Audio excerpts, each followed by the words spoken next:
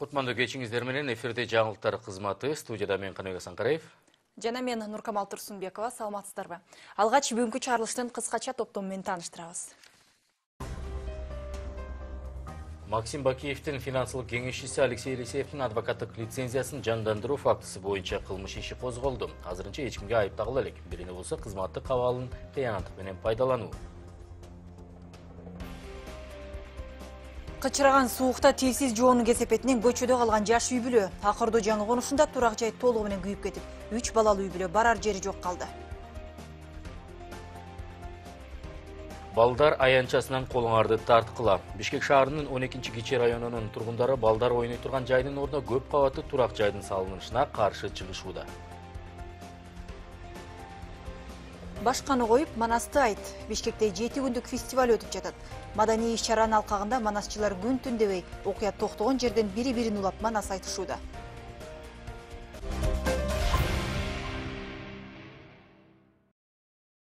Бүгүн Кыргызстан-Тажикстан чегарасында эскертүү иретинде асманга ок атылды. Бул тууралуу мамлекеттик чегара кызматынан билдиришти. Маалыматтарга караганда Баткен областындагы Самаркандек айылындагы тактал элек тилкеге тажик чегарачылары кирип келип, асманга ок чыгарышкан. Буга кыргыз чегарачылары дагы асманга эскертүү катары ок чыгарып жооп берген. Окуядан эч ким жабыркаган эмес. Тиешелүү мекеме тажик чегарачыларынын тактал элек тилкеге кирүүгө жана асманга ок атууга эч кандай негиз жок болгонун белгилешүүдө. Бул окуядан кийин Кыргызстан менен Тажикстандын чегара өкүлчүлүктөрү жолугуп, кыргыз тарап тажик чегарачыларын чагымга жол бербөө чакырышкан. Жолугушууда тараптар чегарачылар болжолдуу чектен 100 метр алыстыкта болушу керектигин белгилешкен. Ошондой эле кыргыз-тажик чегара тилкесинде абал туруктуу экени белгиленди. Түндө Бишкек шаарынын кайгыл милициясынын инспекторун өлтүрө сүзүп, качып кеткендер изделүүдө. Бул тууралуу патрулдук милиция башкармалыгынан билдиришти. Маалыматтарга караганда окуя Сокулук районунда түнкү бирлер чамасында орун алган. Анда койдуруп кеткен унаа кара түстөгү Honda Step вагон экени айтылууда. Кырсык катталган жерде автомобилдин бамперинин жарымы сынып түшүп калган. Патрулдук милициянын инспекторун өлтүрө сүзүп алгандар сөөктү жолдун жээгине таштай качышкан. Курман болгон милиционер Сокулукта жашаган жана ал түндө формасыз жүргөн. 27 жаштагы инспектордун артында бир баласы калды. Учурда Ички иштер министрлиги кызматкерин өлтүрө сүзүп качып кеткен айдоочуну түп көтөрүлө издеп жатканын кабарлашты. Интернетте милиция кызматкери менен жөнөкөй жарандын мушташы тууралуу видео тасма тарады. Аны активист Болот Ибрагимов өзүнүн социалдык баракчасынан жарыялаган. Азырынча бул видео тасма кайда жана качан тартылганы тууралуу маалыматтар тактала элек. Бул боюнча Чүй облустук кайгыл милициясы видео эски болушу мүмкүн деген пикирин билдирди. Айтымдарында видеодогу адам майынын эски формасын кийген. Ал мекеме кайгыл милициясы болуп өзгөртүлгөнгө байланыштуу эски үлгүдө форма кийгендер жок. Активист болсо видео тасма белгисиз бирөөлөр тарабынан жөнөтүлгөнүн жана авторун билбей турганын билдирген. Максим Бакиевдин финансылык кеңешчиси Алексей Елисеевдин адвокаттык лицензиясын жандандыруу фактысы боюнча кылмыш иши козголду. Бул тууралуу башкы прокуратурадан кабарлашты. Кылмыш иши кызмат абалын кыянаттык менен пайдалануу беренесине ылайык козголгон. Азырынча эч кимге айып тагыла элек. Тергөө иштерин жүргүзүү үчүн материалдар Улуттук коопсуздук комитетине өткөрүлүп берилди. Башкы прокуратурадан кабарлашкандай, Алексей Елисеевке 2010 жылы ага карата козголгон кылмыш иштери эске алынбастан жана адвокаттык иш жөнүндө мыйзамды бузуу менен лицензия берилген. Кененирээк кийинки сюжетте. 2010 жылы 7-июнда Юстиция министрлигинен Максим Бакиевдин оң колу катары таанымал анын финансылык кеңешчиси Алексей Елисеевдин атынан арыз келип түшкөн. Анда ал адвокаттык лицензиясын жандандырууну суранат. Мыйзамга ылайык кайрылган адамдын кылмыш иштери жокпу жана соттолгон эмеспи такталышы керек. Мындан улам Юстиция министрлигинин жооптуу кызматкерлери Ички иштер министрлигине суроо талап жөнөткөн. Бирок анын жыйынтыгын күтпөстөн жана башкы прокуратуранын Елисеевге карата кылмыш иштерин тергөө жөнүндө каттар эске албастан Кыргыз Республикасынын адвокаттык иш жөнүндө мыйзамынын 10 беренесинин талаптарын бузуп 2010 жылдын 28 июнь күнү буйрук менен анын Елисеевдин атына адвокаттык лицензиясы мыйзамсыз жандандырылган. Елисеев адвокаттык лицензиясынын негизинде Латвияда компанияларды ачкан. Ага кошумча Альфа Телеком ишканасын улутташтыруудан сактап калууга аракет жасаган. Максим Бакиевдин жакын адамы Алексей Елисеевке адвокаттык лицензиясы мыйзамсыз жандандырылганы жакында эле Белизден келген документтер боюнча маалымат ачыкка чыкканда да айтылган. Елисеевке Максим Бакиевдин оң колуна лицензиясын жандандырып атат. Эмне себептен? Ошол учурда мына документтердин баарын карап чыктык. Елисеевке 3 иш козголгон. МВД, ГКМБ тарабынан издөөдө жүргөн. Эмне Министерство юстициянын жетекчилиги асмандан түштү беле? Же кулагы укпай, көзү көрбөй калды беле ошол учурда? Ошол лицензиянын негизинде калган иштердин бардыгын тең Мегаком боюнча, башка улуттушталган объекттер боюнча Елисеев улантып атат. Елисеевке 2010-жылы лицензияны берип жатып, бир дагы документ топтолгон эмес экен.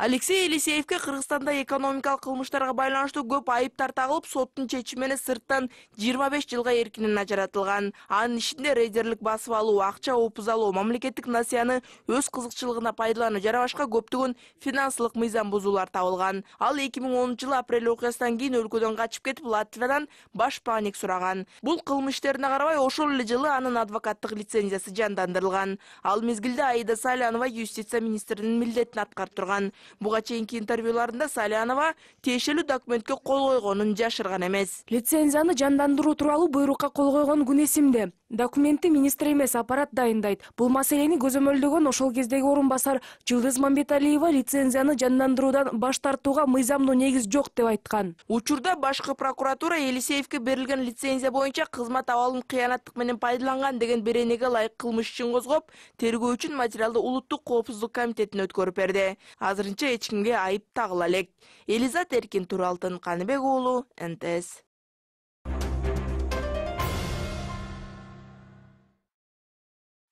Балдар аянчасынан колуңарды тарткыла. Бишкек шаарынын 12-Кичи районунун тургундары балдар ойной турган жайдын ордуна көп кабаттуу турак жайдын салынышына каршы чыгышууда. Азыркы тапта курулуш компаниясы менен соттошуу процесси жүрүп жатат. Иш жогорку сотко өткөрүлө турган болду. Бирок буга карабастан өткөн жумада жумушчулар балдар ойногон аянчаны казып курулуш иштерин баштоого аракеттенишкен. Жергиликтүү тургундар соттун чечимин күтпөстөн бул кадамга барган ишкердин кадамына наразы болушууда. Теманы Нурзада Сыдыкбекова улантат. Екатерина Тимофеевна 22 жылдан бери 12-Кичи районунда жашап келет. Турак жайынын короосундагы арча карагайларды өз кол менен тийип, бүгүнкүгө чейин багып өстүргөн. Жашы 80ге таяп калганына карабастан, аларга өз баласындай кам көрүп келген Екатерина апа эми балдар аянчасы талкаланып, бак тарактар кыйылат деген кабарга кабыргасы кайышып турган убагы. Анткени өткөн жумада жумушчулар келишип, аталган жерде курулуш иштери башталат деп жерди каза башташкан. Я их все вырастил, сама растила. Бул бак тарактарды биз тал болуп турганда отургузганбыз. Мен өзүм чака менен суу ташып багып өстүрдүм. Эми билбейм кантип колу барат ушулардын баарын кыйып салганга. Канча деген эмгек текке кетет. Балдар ойной турган аянча бак тарактар менен кошо жок болуп кетеби деп ичим күйүп атат. Бак тарактарды кыйып, балдар аянчасынын ордуна медициналык борбор жана бала бакча курам деп убадалап жаткан бизнесмендин сөзүнө жергиликтүү тургундар ишенишпейт. Анткени эки үйдүн жанына салынып жаткан имараттар деле ушундай эле максатта курулуп башталып, бирок кийинчерээк көп кабаттуу турак жайга айланган. Азыркы тапта аталган Кичи райондогу 12 жана 13 үйлөрдө 500гө жакын адам жашайт. Анын ичинен 200дөй кичинекей балдар. Андыктан алардын ойногон аянчасынын жок болушуна ата-энелердин бардыгы каршы чыгышууда. Биз эми ушул өзүбүздүн балдар аянчасын калтырып беришин эле суранат элек. Биз себеби дегенде балдарыбыз кайда барып эс алышат? Балдар менен кайда барып балдарды эс алдырабыз? Дагы бул жерде деген коопсуздук маселеси болуп турат. Мынакей үйдүн аралыгынан бул жер бир 5 метрдей эле болуп атат. А эгерде могу курулуш иштери башталса, балдардын башына бирдеме түшүп кетиши мүмкүн, чаң болот, ызы чуу болот. Бул стройка деген бир жылда эле бүтө койбойт да. Көрсө 20 жыл мурда мэрия чыгарып берген токтомго ылайык 12-Кичи районундагы 12 жана 13 үйлөрдүн тегерегиндеги балдар аянчасы жана унаа токтотуучу жай үчүн деп атайын жер тиркелер бөлүнүп берилген экен. Бирок колдонуу мөөнөтү 2005 жылга чейин деп көрсөтүлгөн. Кийин жергиликтүү тургундар тиешелүү документти кайрадан каттоодон өткөрүү үчүн жергиликтүү бийликтин өкүлдөрүнө бир нече ирет кайрылышкан. Бирок эмнегедир тиешелүү чечим создуктурулуп келген. В 2012 году, оказывается, мы даже... 2012 жылы бизди кабардар кылбастан мэрия бул жер тилкени курууга берип коет. Буга нааразы болуп Октябрь райондук прокуратурасына кайрылганбыз. Сот биздин пайдабызга чечип берди. Бирок үй курам деп жаткан бизнесмен Бишкек шаардык сотуна арызданып, ал жактан утуп алды. Чечим чыгаар менен эле өткөндө курулуш иштерин баштаганы келишиптир. Биз каршы чыгып токтоттук. Азыркы тапта 12-Кичи районунун тургундары бул боюнча жогорку сотко кайрылууга ниеттенишүүдө. Алардын айтымында жогорку инстанциянын чечимин чечимин күтпөстөн эч кимдин курулуш иштерин баштоого укугу жок. Окуянын чоо жайын билүү үчүн мэрияга кайрылганыбызда алардын бул тууралуу маалыматы жок болуп чыкты. Бирок тартип боюнча эки тарап тең соттун чечимине таянып иш кылуусу керектигин айтышты. Бекитилген жерде эч кимге бергенге укугу жок. Ал ушул закондо, мыйзамда жазылып турат. Неотчуждаемый деп коет. Анын өзүнүн статусу бар. А эгерде кандайдыр бир маселелер болуп, анан кийин бирөө бири-бирине берип туура эмес болгондо, бул деген мыйзамга туура эмес болгон окуя. Ошондуктан сот аркылуу чечиш керек. Биз мэрия тарабынан эч качан эч кимдин акысы жок, эч кимге бере албайт. Эгерде бул ПЗУ менен бекитилген жер болсо, эч качан эч кимге берилбейт. Кандай болгон күндө да бул ишке жогорку сот гана чекит коет деген үмүт бар. Ал ортодо балдар ойногон аянтчасынан айрылып калышы мүмкүн деп чоочулаган ата-энелер бул иш оңунан чечилбесе, нааразычылык акциясына да чыгууга даяр экендигин айтышууда. Нурзада Сыдыкбекова, Аскат Касымбеков, НТС. Жеке менчик жер укугу үчүн күрөшүү. Дэн Сяопин жана Патрис Лумумба көчөлөрүнүн кесилишинде жашаган тургундар жол боюндагы унаа жуучу жай жана май алмаштыруучу жайларды бузуп салууну талап кылышууда. Шаардыктардын айтымында аталган имараттар булганыч калдыктарды чыгаргандан тышкары өрт коопсуздугуна да терс таасирин тийгизүүдө. Анан калса аталган объектилердин иш жүргүзүү үчүн уруксат кагазынын колдонуу мөөнөтү өтүп кеткен. Жумушчулардан чыккан калдыктар айлана толгон таштанды. Дэн Сяопин жана Патриса Лумумба көчөлөрүнүн кесилишиндеги май алмаштыруу жана автоунаа жуучу жайлардын арткы тарабындагы абал ушундай. Мунун баары маңдайкы бетинен көрбөгөнү менен андагы жашоочулар үчүн чыныгы көйгөйлүү маселе. Мына эки көчөнүн баары Патриса Лумумбадан бу Садыгалиевага чейин астыбыздын баарын жаап салды. Скорый помощь келе албайт.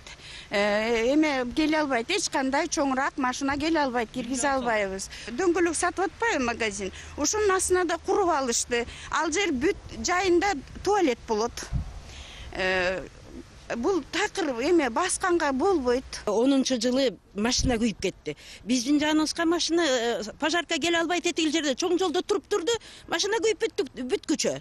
А эгерде биздин машина үйүбүз күйүп кетсе эмне болот? Биздин үйлөр 60-жылкы үйлөр, эски. Жергиликтүү тургундар маселени чечип берүү өтүнүчү менен Республика Ата журт партиясына кайрылышууда. Мунун себеби эң жөнөкөй. Шаардыктардын айтымында аталган саясий бирикме буга чейин эле мыйзамсыз курулуштар менен күрөшүп өздөрүн көрсөтө алышкан. Өткөн жылы жаз мезгилинде Республика Ата журтчулар Тынчтык проспектиси менен Түштүк магистралдын кесилишинде мыйзамсыз курулган май коюучу жайды буздурууга жетишишкен. Көйгөйлүү маселебизди Кудайым буйрса мына Республика Ата журт партиясы колдоп берип чечип беребиз деп атат. Анткени алар деген биринчиден магистрал Билинскийдеги заправканы алышкан, уже снасить этип салган. Кудайым буйрса могу биздин эме көйгөйүбүздү чечип берсе, биз Республика Ата журтту колдойбуз. А эмне үчүн Республика Ата журтту колдойбуз? Анткени булар олуттуу реформалар үчүн болгон партия болгон үчүн биз ошону колдойбуз. Республика Ата журт партиясынын депутаттыкка талапкерлер жергиликтүү тургундардын маселесин чечүүгө убада берүүдө. Бул үчүн мыйзамдык негиз бар. Легкий конструкцияга бир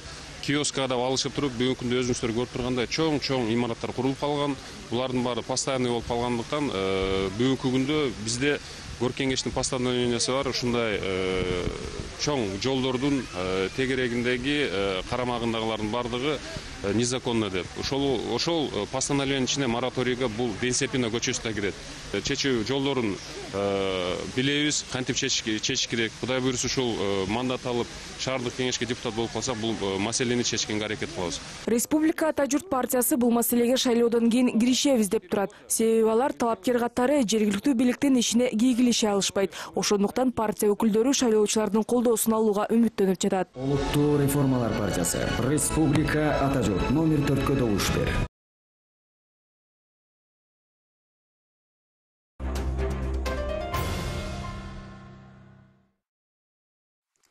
Бишкектин жашыл шаар атагын кайтарып Кыргызстандын борбору адамдардын жашоосу үчүн коопсуз, жайлуу жана ыңгайлуу болгудай шарттарды түзүү зарыл. Бул тууралуу президент Алмазбек Атамбаев Бишкек шаарынын мэри Албек Ибраимовду кабыл алып жатып билдирди. Анда кала жетекчиси Бишкек шаарын өнүктүрүү программасын аткарууда жана инфраструктуралык долбоорлорду жүзөгө ашырууда муниципалдык бийлик тарабынан жасалып жаткан иш-чаралар тууралуу айтып берди. Өзгөчө жол инфраструктураларын өнүктүрүү жана шаардык кызмат көрсөтүү тармактарынын иштерин жакшыртуу маселелерине көбүрөөк токтолду. Өз кезегинде президент Алмазбек Атамбаев өлкөнүн башка шаарын өнүктүрүүнүн, шаар тургундарынын турмуш шарттарын жакшыртуунун жана четтен келген конокторду татыктуу тосуп алуунун маанилүү экенин баса белгиледи. Ашхабад, Бишкек, Ашхабад авиакаттама ачылат. Тиешелі документке Кыргызстан менен Түркменстандын өкмөт өкүлдөрү кол коюшканы маалымдалды. Келишимге туруктуу транспорт системасы аттуу глобалдык конференциянын алкагында Кыргыз-Түркмен делегацияларынын жолугушуусуна кол коюлган. Белгилей кетсек, кечээ Түркменстандын борбору Ашхабад шаарында Бириккен Улуттар уюмунун колдоосу менен туруктуу транспорт системасы боюнча глобалдык конференция башталды. Менчик ээлеринин укугун бузган мыйзам Жогорку Кеңештин агрардык саясат боюнча комитетинде жер тилкесин трансформациялоо укугун областтык губернаторлоруна жана шаар мэрлерине бере турган мыйзам талкууланды. Ага айыл чарба жерлерин башка категорияга өткөрүү үчүн, коомдук муктаждык үчүн деген шылтоо гана жетиштүү экен. Эл өкүлдөрү мындай өзгөртүүлөргө каршы чыгышты. Алардын пикиринде мындай жол менен айыл чарба жерлери курулуш үчүн берилип кетип, миңдеген менчик ээлеринин укугу бузулушу ыктымал. Документте мындан башка да бир катар карама-каршы нормалар бар. Мындан улам тармактык комитет документти артка кайтарууга аргасыз болду. Кененирээк Мерим Ташыбекованын материалында.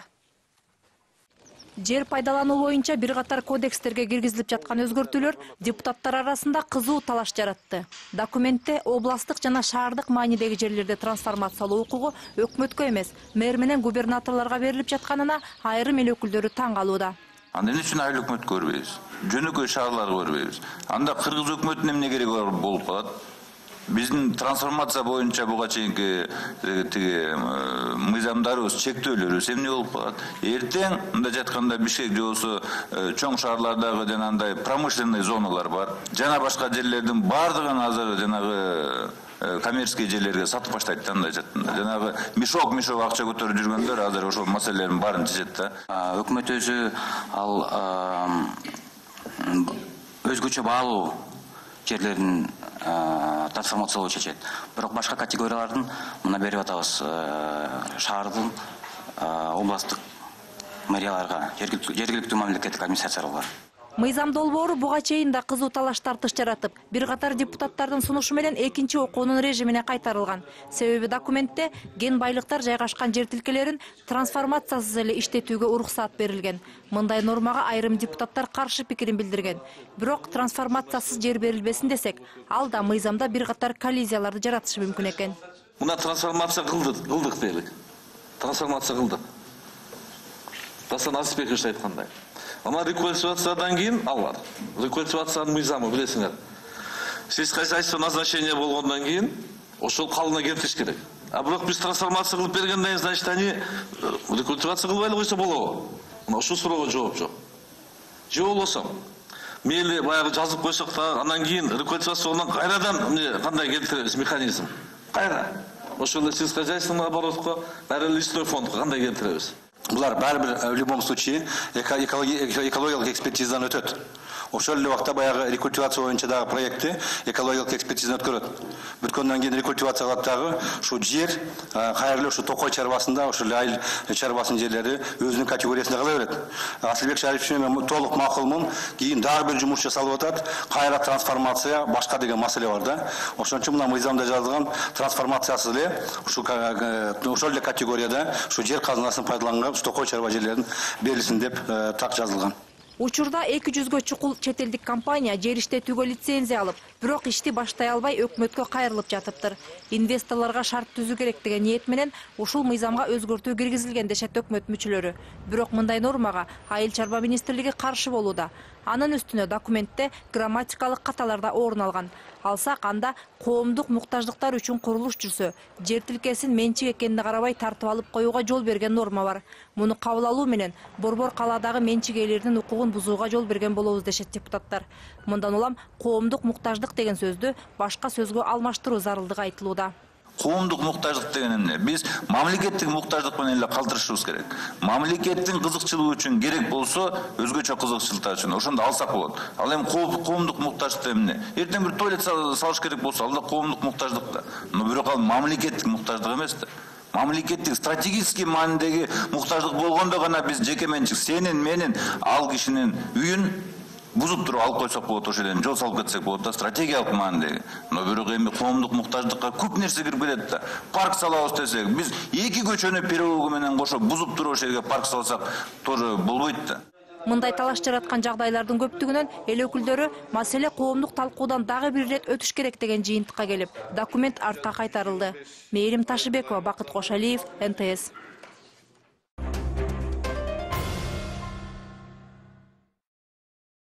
Быйыл суук түшкөндөн бери өлкө боюнча орточо эсеп менен 300 өрт кырсыгы катталып, анын 60% турак жайдан чыкты.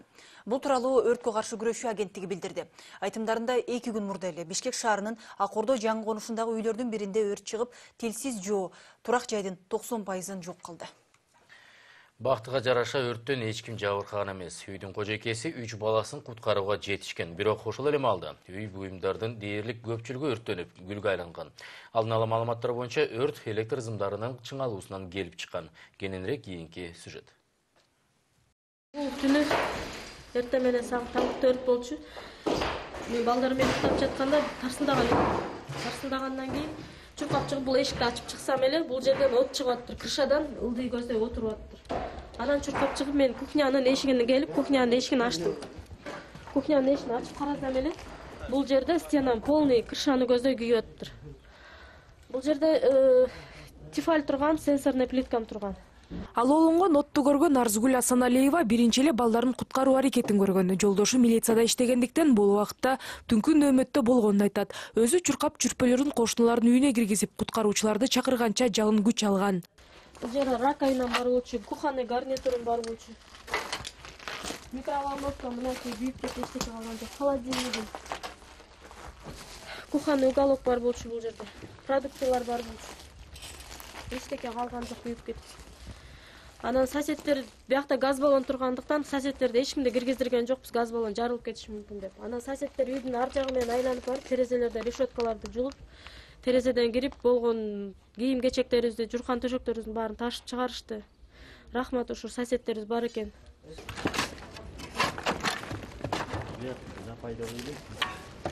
Өрттөн эч ким жабыркаган эмес, бирок тилсиз жоо бир заматта 5 жыл бою салган өргөсүнүн чатырын алып, үйдүн дубалдарын эле калтырган. Азырынча чыгымдары аныктала элек. Алдын ала маалыматтар боюнча өрт электр зымдарынын чыңалуусунан келип чыккан. Свет өчкөн дейт да келинчегимчи. Келинчегим свет өчкөн дейт. Ошо светти бергенден кийин ошо напряжение болуптур. Бул кухнянын ичин баары эле жыгач менен обшивать этилген болчу. Сырты пенопас менен бат эле күйүп кетти да.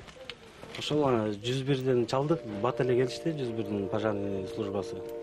Ошолор келип өчүрүп калышты. Тапканыбызды бүт эле ушу үйгө жумшап турчук. Минтип жаш үй бүлө 3 баласы менен кышында көчөдө калып жардамга муктаж болууда. Азырынча кайда барып баш калкалары да белгилүү болбой жатат. Ал убакта куткаруучулар кырсыктарды алдын алуу үчүн от жагуучу мештерди тазалап, электр каражаттарын пайдаланууда эhtiyat болууга чакырышууда. Рахат Жаныбекова, Владимир Кулбалдиев, НТС.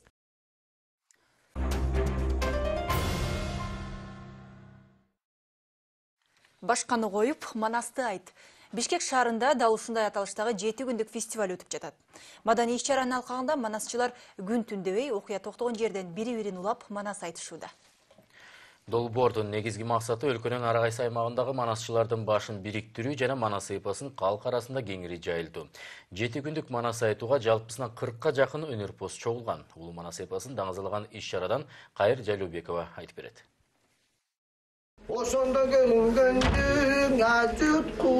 Манасчы Тилек Асанов башканы коюп Манасты айт аттуу 7 күндүк манас айтуу иш-чарасына алыскы Сукул областынан келген. Анын бул өнөрдү аркалаганына 22 жыл болду. Ал аралыкта манас айтуу өнөрүн мыкты өздөштүрүп алган. Буга чейин көптөгөн эл аралык сынактарга катышып, манас эпосын чет өлкөлүктөргө даңазалап, өлкөнүн желегинде алай желбиреткен. Өткөрүлүп жаткан иш-чарага 2-чи рет катышууда. Кечетен бери эпостун саптарынан 3 саатка чейин созулган окуяны чагылдырып бергенге үлгүргөн. Учурда 4-чү айланпасын күтүүдө.